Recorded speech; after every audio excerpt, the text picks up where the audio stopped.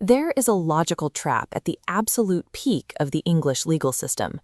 As the ultimate authority, the Supreme Court dictates what the law is, and because its word is final, it legally cannot be wrong.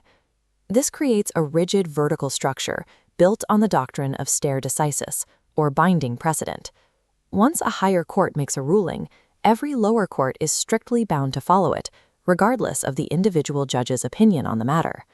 Historically, this absolute adherence to precedent was non-negotiable. The legal system prioritized certainty, consistency, and predictability over almost all other concerns, requiring citizens and corporations to know exactly how the law would be applied. But absolute rigidity is brittle.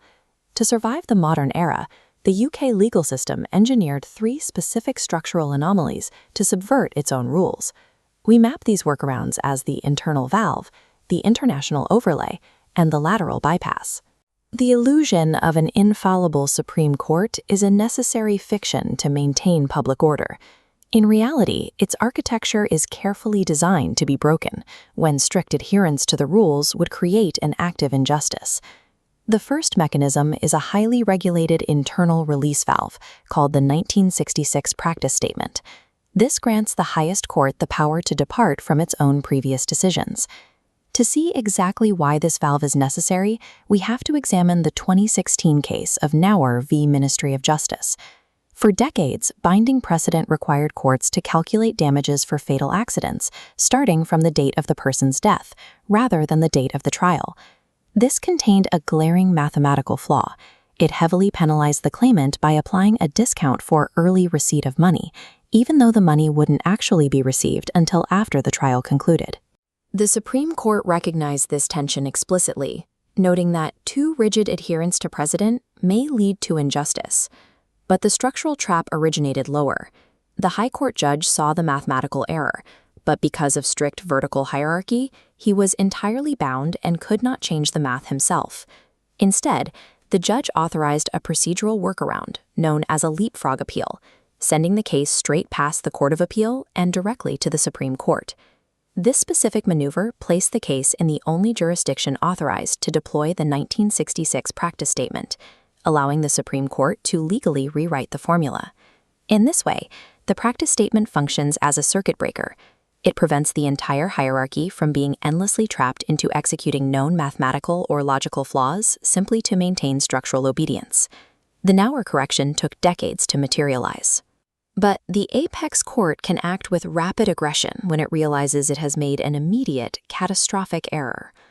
In the 1985 case of Anderton v. Ryan, the House of Lords interpreted the newly passed Criminal Attempts Act 1981 in a way that rendered the legislation functionally useless.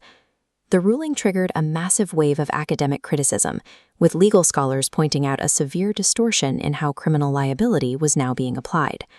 Only 1 year later, the House of Lords heard the case of R. v. Shivpuri. Deploying the Practice Statement, they completely overruled their own 12-month-old decision. The court explicitly stated that the Practice Statement is an effective abandonment of their pretension to infallibility. When a recent precedent destroys the functionality of a parliamentary statute, the court will correct itself instantly. Beyond fixing strict errors, the Supreme Court uses the Practice Statement to discard precedent when the law falls out of alignment with modern societal consensus. The historical baseline for medical negligence was defined by the 1985 Sitaway case. That ruling established a deeply paternalistic standard, dictating that doctors alone had the authority to decide what risks they should disclose to their patients. 30 years later, the Supreme Court heard the Montgomery case and discarded the Sitaway precedent, adopting a new, strict duty for doctors to warn patients of any material risks inherent in their treatment. The Montgomery decision explicitly elevated a dissenting judgment from the original Sitaway case into binding law, legally cementing a modern consensus of patient autonomy. We see this exact logic applied in contract law. For a century, the courts used the rigid 1915 Dunlop test to determine if a penalty clause in a contract was legally enforceable. When the Supreme Court overrode the Dunlop test in the 2015 Cavendish case, their primary justification was simply that the old rule had, in their words, not weathered well. They replaced the century-old binary test with a more flexible assessment, asking whether the innocent party can claim a legitimate proportional interest in enforcing the clause. Stare decisis provides stability, but the practice statement ensures that outdated assumptions do not strangle the realities of modern medical and business practices. The UK hierarchy also faces external lateral pressure that bends its strict verticality. Under Section 2 of the Domestic Human Rights Act 1998, UK courts are legally required to take into account the decisions of the European Court of Human Rights in Strasbourg. This creates intense jurisdictional friction. In the 2009 case of Secretary of State v. AF, Lord Hoffman delivered a judgment of deep, reluctant submission to Strasbourg. He stated on the record that he believed the ECTHR decision was wrong and would destroy a significant part of the UK's defenses against terrorism. Yet he concluded the House of Lords had no choice but to submit, bound by international obligation. However, the newly constituted Supreme Court later pushed back on this absolute submission in cases like R v. Horncastle and Manchester City Council v. Pinnock. Lord Neuberger argued that the UK Supreme Court is not strictly bound to blindly follow Strasbourg, specifically in instances where the European Court has misunderstood the mechanics of the domestic common law. Instead, the Supreme Court attempts to treat this international relationship as a constructive dialogue, occasionally declining to follow a Strasbourg decision to give the European Court an opportunity to reconsider. The modern UK legal hierarchy is no longer an isolated vertical silo. It shares a highly porous, politically sensitive border with international jurisprudence. The final structural anomaly involves a constitutional sleight of hand utilizing the Judicial Committee of the Privy Council. The Privy Council is largely made up of the exact same justices who sit on the Supreme Court. However, it sits outside the UK domestic system entirely, and traditionally its decisions are strictly non-binding on English courts. This boundary was tested by a crisis in the law of provocation in murder trials. The House of Lords had issued a deeply criticized ruling in the case of R v. Smith, confusing the standard for how a jury should assess a defendant's loss of self-control.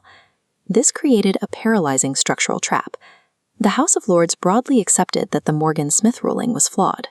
But they legally could not overrule it because no suitable domestic appeal was currently working its way up the chain to them. They found a loophole. An appeal regarding murder law arrived at the Privy Council from the jurisdiction of Jersey in a case called Hawley. An exceptionally high panel of 9 law lords sat on this Privy Council case. That number was a deliberate signal. Acting on a non-binding Jersey appeal, they declared their intent to clarify definitively the present state of English law, functionally erasing their own Morgan-Smith precedent. The domestic fallout arrived at the Court of Appeal months later in the joint cases of James and Carini. The Court of Appeal had to choose which master to serve. They ruled that because the enlarged Privy Council explicitly intended to correct English law, the lower domestic courts were now bound to follow the Privy Council over the prior decision of the House of Lords. When completely paralyzed by their own rigid rules of precedent, the highest judges in the land will change their jurisdictional hats to engineer a lateral bypass, prioritizing functional justice over strict protocol. This is the true map of UK legal authority. These 3 mechanisms allow the court to correct mathematical errors, track societal shifts, and absorb geopolitical pressures without collapsing the wider system. The absolute certainty required by precedent is always locked in a state of tension with the necessity for evolution. The strict infallibility of an apex court is merely a legal fiction maintained to keep the lower courts in line. Ultimately, the bedrock of the common law is not its absolute rigidity, but its engineered capacity to correct its own mistakes.